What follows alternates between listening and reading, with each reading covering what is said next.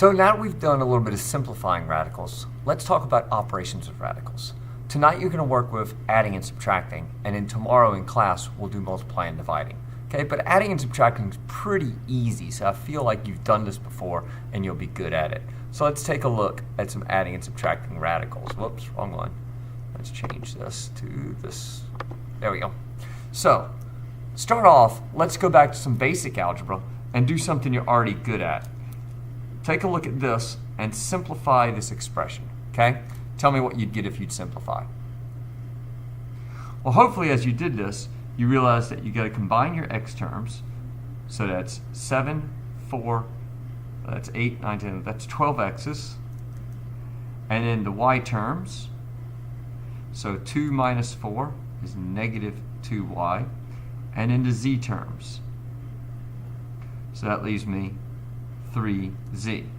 So to add and subtract this, we have to remember to combine what are known as like terms. Okay? And like terms of something that you've done numerous times. Like terms are terms in an expression that have the same variable and exponents. And that's stuff you've already done before. Well, we can do the same idea with radicals, and it just comes down to how we define like radicals. So like radicals also have to have the same exponents and the same variables, or the same numbers.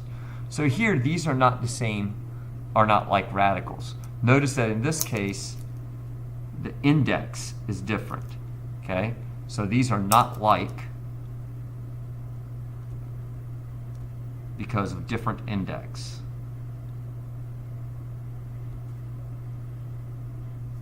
Okay?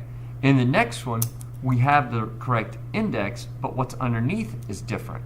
So not like, different inside radical.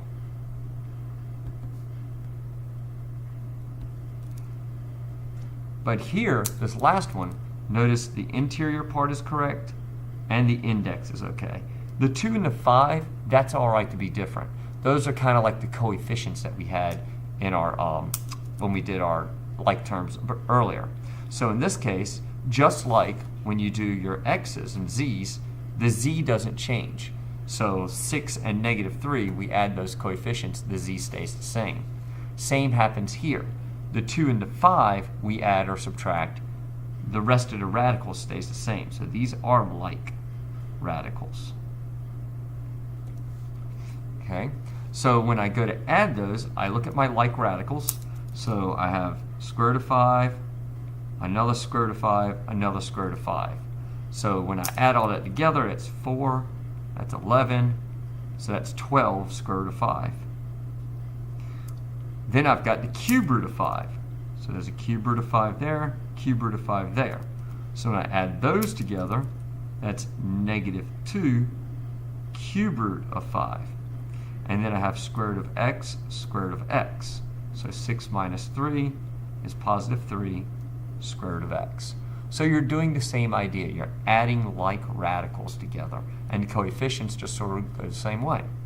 Okay? Sometimes we have to simplify our radicals to get them to be like radicals. For example, when I look at this problem here, I don't have anything that's the same in here, but I can simplify this. I know that radical 12 is radical 4 times radical 3. I know that radical 27 is radical 9 times radical 3. And radical 48, well, I bet you a 3 goes into that too. So that's going to be 16 radical 3. And then I can simplify each of those.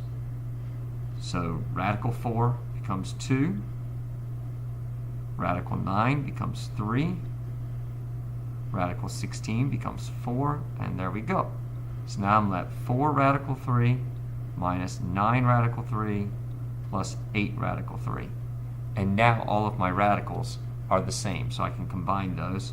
So that's going to give me 3 radical 3 when you're done.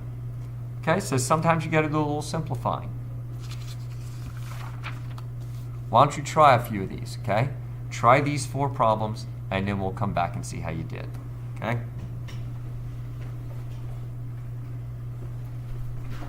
So now that you've done that, let's take a look at what we have here. So when I combine these, I see a radical 3 and 4 radical 3, so that's 5 radical 3. And then 4th root of 3, 4th root of 3, so it's 3 to the 4th root of 3. Okay? For B, they're not the same, but that's okay, because that's 4 and radical 4 radical 3. That's radical 16 radical 3. And that's radical 9 radical 3. This is starting to look familiar. 2 radical 3, 4 radical 3, and negative 3 radical 3. So that's going to be 3 radical 3. Double check my arithmetic there. Yes. Okay. Last one here. Again, got to break these down. 98. So I'm going to divide 98. I'm trying some different things here. 98 I can break down as radical 49 and radical 2. 72 I can break down as radical 36 radical 2. And 32 I can break down as radical 16 radical 2. So it's 7 radical 2, 6 radical 2, and 4 radical 2. Adding all that together gives me 5 radical 2. Okay? And then the last one here. 20. So that's radical 4 radical 5. 24. Let's see. Let's do radical 4 radical 6. 180.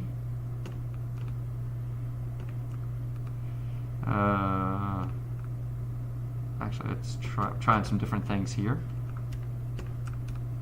Let's do 36 radical 5 and 54.